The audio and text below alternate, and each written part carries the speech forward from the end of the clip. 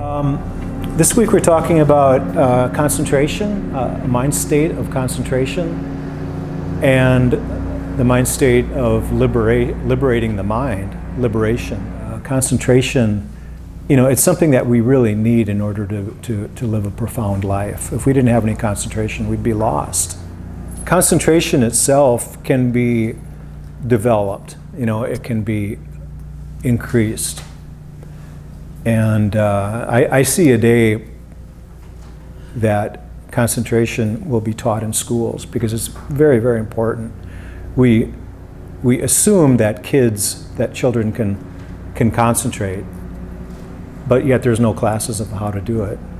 We don't actually sit down and show them how to concentrate and what to concentrate on. And I think one of the best ways to describe concentration and begin to use it to its full extent is to bring our attention to a static object and see how long we can hold it there. It's like a reading that we can get, a barometer, and keep asking ourselves, am I still concentrated on that object? Concentration, sometimes I call it jhana, but when a person practices concentration, it doesn't necessarily mean they're going into jhana. Jhana, I'll clarify what that is here in a moment.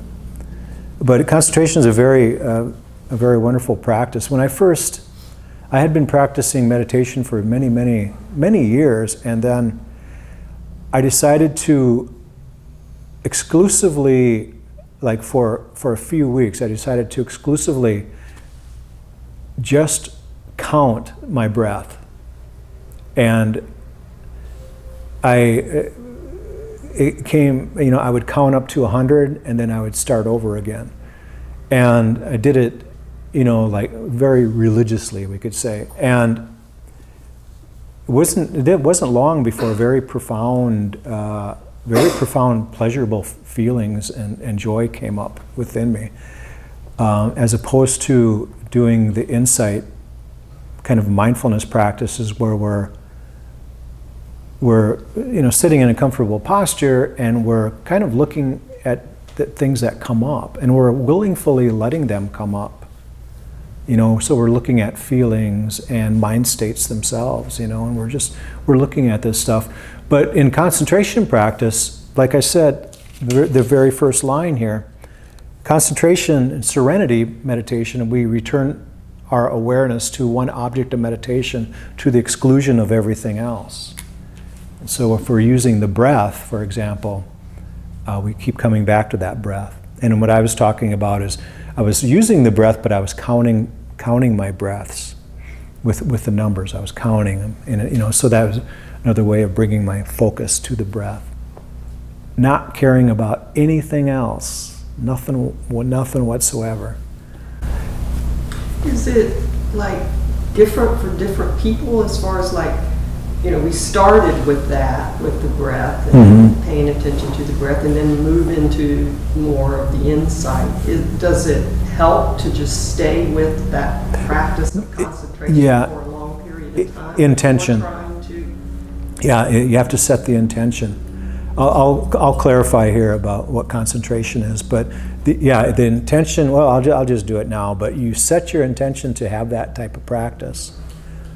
And everything that you do is, every step of the way. So that you wake up in the morning, that you go to your meditation cushion, how that feeling that you have when you sit in that cushion. Exactly how your environment is. That you're going to, sit for an hour and 20 minutes, whatever it might be. And that you close your eyes, and then that you bring your attention to the breath, and you feel the breath at one specific point, and you hold your attention there. When something pulls that attention away, you just bring it right back. It's not really snapping it back. I mean, you're gentle with yourself, but you're really training the mind, cultivating the mind. But you're doing everything exactly like you did it before, and then when you start realizing that you're getting into these deep areas of concentration, you repeat that system again and again, and then you become very accustomed to the stopping of thoughts. You're focusing on that one little tiny static item, and you're doing it again and again and again. You go deeper and deeper and deeper into concentration. The mind isn't so surprised by it. We're not so surprised by it. It's happening again and again, but it's very difficult to do that if I think I'll meditate over here for a while. I think I'll meditate over here, or I'm going to do it at a different time of the day even. We want to do everything exactly the same. And then if things are off kilter a little bit, we can go to that and fix it right away, and then come back to our meditation object. And the idea is to actually notice that there's a sustained, it's called sustained thought. That we realize that our thoughts, we can place our thought on something and it stays there. It doesn't go off like it normally does. And then it feels as if the thoughts completely stop. Because it's like sustaining our thoughts, it's just a waste of energy. So it seems like they stop. What follows is, without the thinking mind, joy and blissfulness, and then just a one-pointedness where we can stay right with the meditation object without falling away from it. And we go into deeper and deeper and deeper states of concentration. Buddha talked about this many, many times in the sutras. And you don't have to take my word for it. I mean, it's, pick up some of the books, that like the mindfulness and beyond mindfulness in plain English, that type of thing. But it's not necessarily, it's a very simple practice. It's not necessarily easy to do because we have to be really strict with ourselves. And generally, we don't want to lose faith, in the ability, in this process. And every time we do it, it truly is a purification of the mind, because we realize that we are not these thoughts. That has nothing to do with who we are. Falling into this bliss, this blissfulness is a real thing, and that we realize that that's our true nature, who we truly are. But in concentration, there's 3 different areas of concentration. I can't remember if we talked about it a little bit before or not, but I used the example of a bullseye before when I was talking about concentration. There's other examples you can use. I'll use the example of a flower and a hummingbird. How a hummingbird is flying along, and they're prey to other animals, so they're concerned about their safety and they're kind of looking out for themselves. But they notice the flower, their attention is on that flower.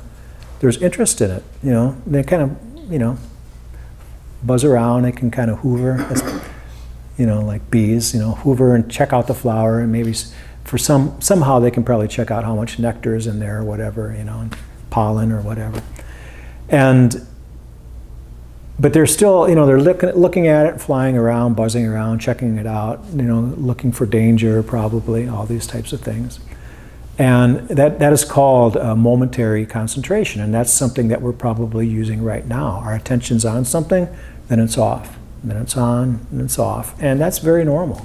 A lot of people meditate in that area, and it can be a little bit frustrating when we expect our mind to be different. We want a different experience. And if we're sitting in momentary concentration, meditating, and we expect something different, can be some frustration that comes up. So we want to, apply ourselves. And then that momentary concentration is something all of these levels of concentration we all experience, but there's no control. And so we could say in momentary concentration, there is no control. The next area is access concentration. And this is where, when we've been meditating for a while, we get accustomed to access. And that's where most people meditate for a great deal of their time, in access. If somebody's doing insight meditation, it's access concentration. For the hummingbird, we'll come back to that little guy. He's noticing that flower, and his beak is in the flower, really checking it out. He's coming back. You've seen how hummingbirds they go in, their little beak goes into the flower and they come back out. It's like they're kind of chewing on their food or something. They go back in. And so they're really connected with that flower, but they're not actually, they're not on the flower and they're not staying there. They're just they're pretty acquainted with the flower at this point. And the same way with us in our concentration, we are familiar with our meditation object, but yet things come up, and we investigate that. Like I like to say, we kind of shine the lighter of awareness on that thing, and then come back to the breath. It's like the hummingbird coming back to the flower. Otherwise, that's like his foundation, coming back to the flower, we come back to the breath, or whatever our object is. In this case, it is the object, because we're doing mindfulness of breathing. And then the next area is absorption. In some cases, people can reach deep states of what are called jhana. Jhana is a Pali word that means concentration, but more of this absorption type of concentration. And absorption is when we are said to be absorbed in our meditation object, because our mind doesn't have this tendency to be pulled away. And the whole process of this is that these negative mind states, this negativity of mind, is not even noticed anymore. It's not there, because our thoughts aren't thinking about the past and the future. That's the first thing that we notice, is like, there's no past, there's no future, almost like there's no me. There's no thing that I did, and there's no thing that I have to do. It's just, ta-da, what is this,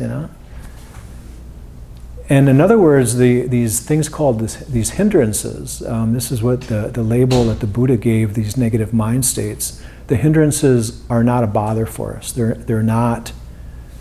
The desire that we talk about is not there. We don't have a desire for things to be any different than what they currently are, or we don't desire something more in our life to change things, because we are fine. And there's no ill will or anger or aversion. There's none of this. And there's actually a system that when we start to understand that our thoughts, we can sustain our thoughts, and that we have more control over them, that's when the desire fades away. Because that's pretty amazing that we can do that, and we notice that we start having control over this. The desire fades away. Then when we can sustain our thoughts and place it on something, it's not really like a thought, it's like our attention.